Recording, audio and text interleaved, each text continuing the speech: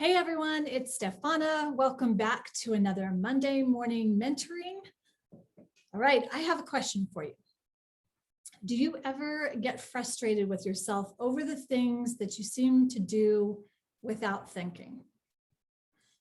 So it could be maybe it's, well, I know for me, picking up the phone and checking it multiple times a day. How about finding yourself neck deep in a snack bag whenever you feel upset? Even if you normally are completely committed to your health goals, or realizing you've been chewing on your nails during a meeting or in the car, things like that. What about drinking a glass of wine or two at the end of every workday, but you kind of wish you didn't? Well, I have some tips that can help with that. First, in case we have not met, I am Stephana Johnson. I'm the founder of Yogilachi and the Chief Empowerment Officer here at Powerhouse Leaders, where we energize leaders to drop the extra weight, look and feel their best so they achieve more. All right, so make sure you've liked my page so you don't miss any tips or tricks that can help you take things to the next level. All right, back to those mindless activities I mentioned earlier. Well, I have good news for you.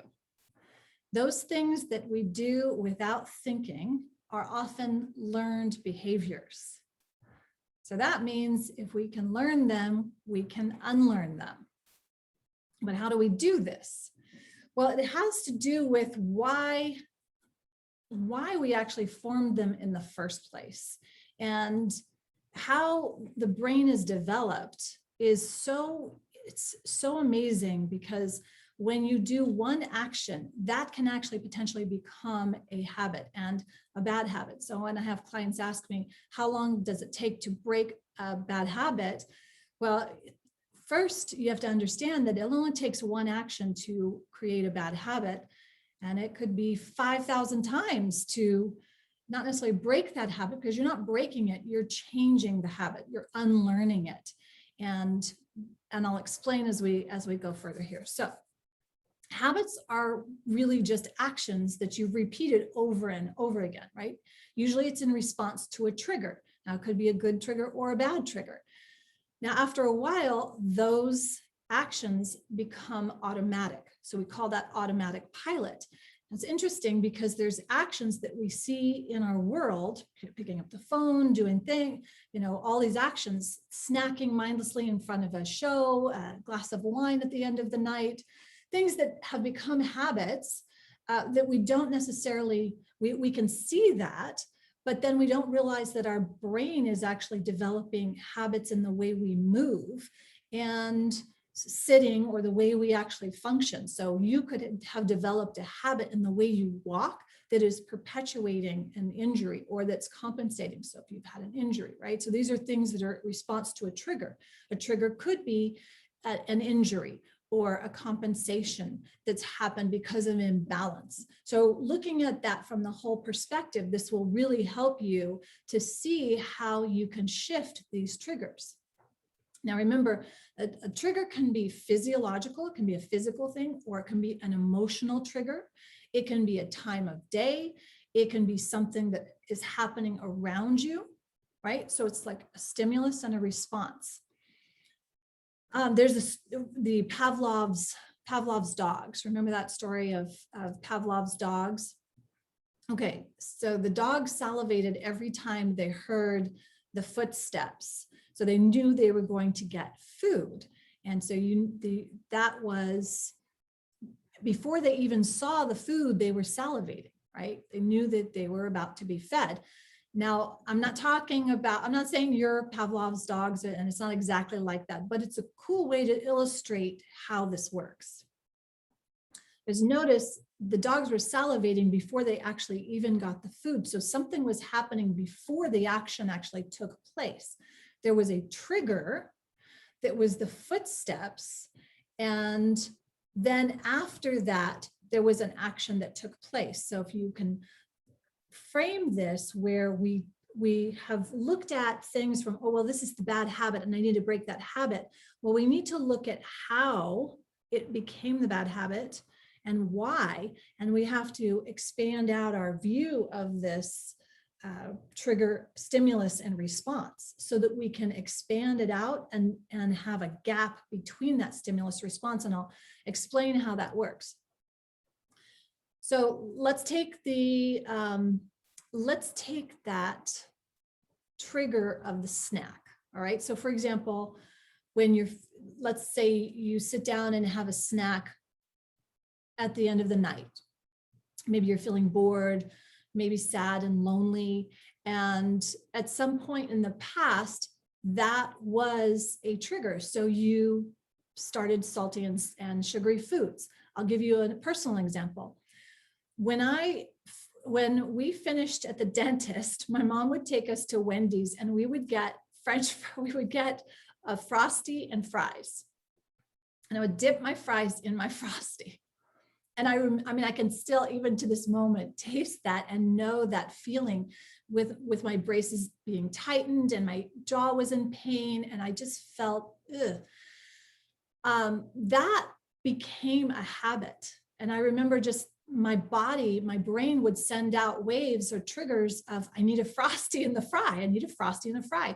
But it wasn't that I needed it. It had just become this autopilot with a trigger, because as you lay those down, then the brain gives you a dopamine hit, or those feel-good juices running through the body when it follows through on a habit, or when it follows through on that action.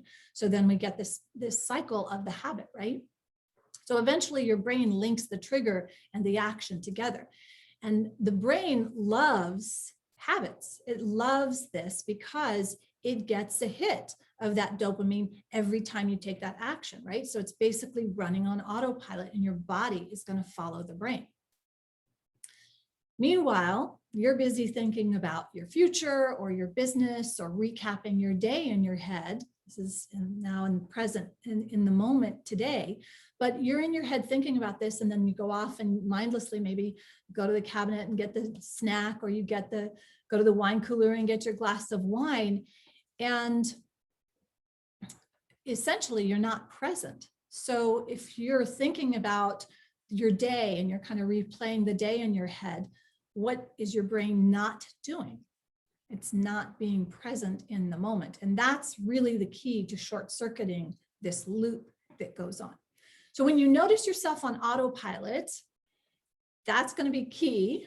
And you can, because you are the awareness, you are aware. There is a point of an awareness, but things get set up on automatic pilot. So as I'm telling you this, you're now aware, and you can use this awareness to notice when a trigger happens, or when something happens. You can just notice yourself going on autopilot and recognize, oh, how did it, whoa. But it will happen faster because now you are aware of it. So now we've essentially put in a new container to look at things from. And this will help you when engaging in a habit that you want to quit. You know, it's time to be present. So one of the things that I do with my clients right off, not changing anything else that they're eating or doing, I just ask them to be fully present to every bite that they take, no matter what it is. It doesn't matter if you're driving through Starbucks and getting a cookie and a macchiato. I just want you to be present with it. Or, you know, whatever it is that your habit is of eating, you get up in the morning, you eat the same breakfast over, and maybe it's not the healthiest and you want to change that habit. Well, before we even say, okay, I want you to change it to this, I want you to be present to what you're eating so that you recognize that and you can start to shift. So when you're present to the moment, that's the key. That's the key right there. Then you can actually ask yourself, why am I eating this? Or why am I doing this? Why am I reaching for the chips, the wine, or whatever? And it's not to ask and introvert yourself and, you know, it's observation. It's noticing what's going on. So it's taking you out of basically being the reaction and being the awareness of it so that you can shift this. And this interruption actually forces the brain to come into the moment and to have its senses open to the present, being engaged, being mindful, right? So I'll tell you, I have some very robust tools that I use with my clients when there is really deep circuitry laid down. That's my job. That's what I do with my clients. But you can absolutely do this on your own. And I would love for you to share with me, are there habits that you want to replace or let go of, right? The replacing of the action with something you do really want is something you want to be aware of, so that if you want to make that your next habit, you can consciously do that. A lot of the way I like to look at things is from the end, with the end in mind, right? Even with a week, you can look at the end of this week, what do you want to have changed? So if you look at that, then you can trace it back to, what do I need to shift today in this moment? And from that place of awareness, it starts your brain thinking about the future. A lot of times we're so disconnected from what our future looks like that we don't have the skill developed within our brain to actually create a new pathway. And we want to develop these new pathways. It's really important, because if we stay on this automatic pilot and these habits that are not beneficial to us and not directed in the trajectory of what we want to achieve in our goals, health and fitness goals, looking your best, reaching, your next level in your business, this is really key to breaking this down. And it can be as simple as literally just being present. How can you do that? You could go for a walk. You could take a breath, get a glass of water. Just be present drinking that glass of water. Hug your mate. Go and intentionally hug your mate or your pet. Just make a healthy choice in that moment. And that is really the start of this. So hopefully that helped. I'd love to know what habits you're trying to shift, maybe what habits you're trying to create for yourself. Tell me about it below. And if you need help rocking those goals and healthy habits so you look and feel your absolute best, please get on a call with me. You can book time at stephana.net, stephana.net.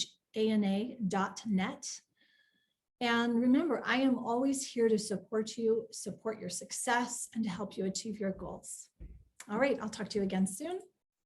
Have a great Monday. Have a fabulous week.